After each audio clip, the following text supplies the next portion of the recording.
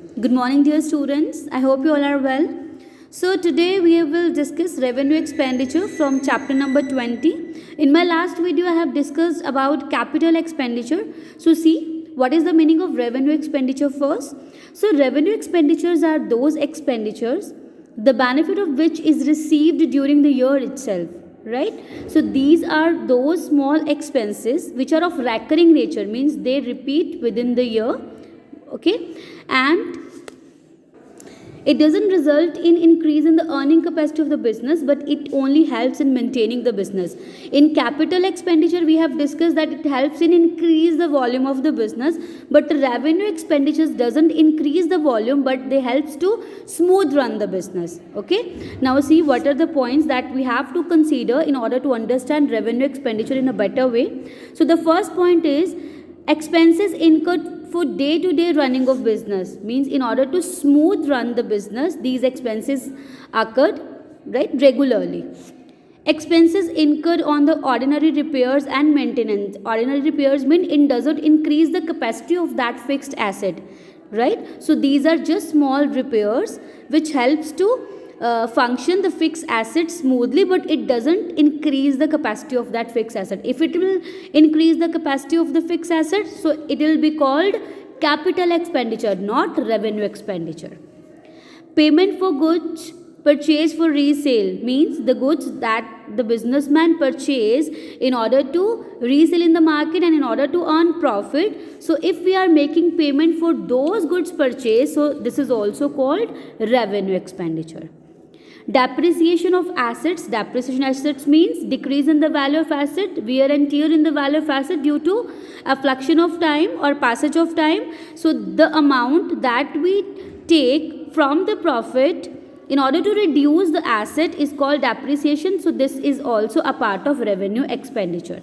Then payment of interest on loan. If we take loan from the bank, that is our capital receipt, but the payment that we are paying as interest on loan is called revenue expenditure.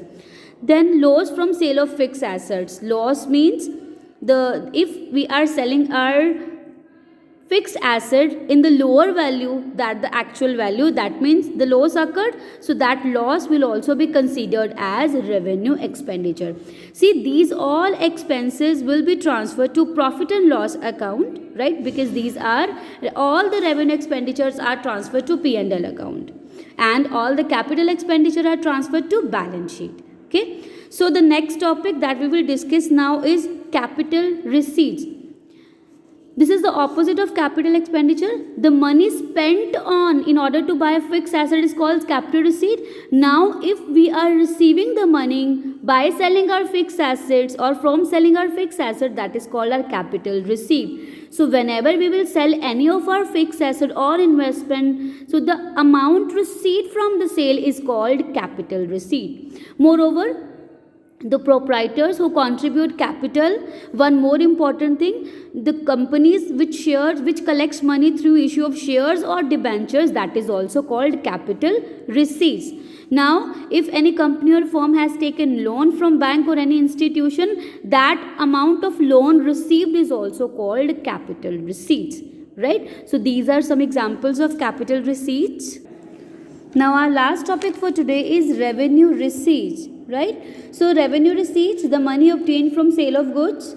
If the money spent on the raw material purchased for resale or in order to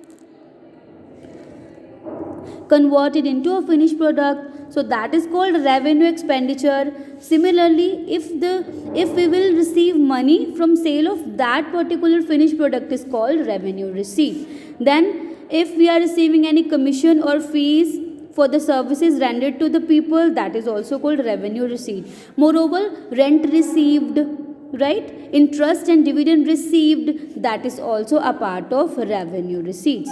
So these were some examples of revenue receipts, revenue expenditure and capital receipts. With this topic, our chapter number 20 is finished now. So please do practice and send me your queries. Thank you so much.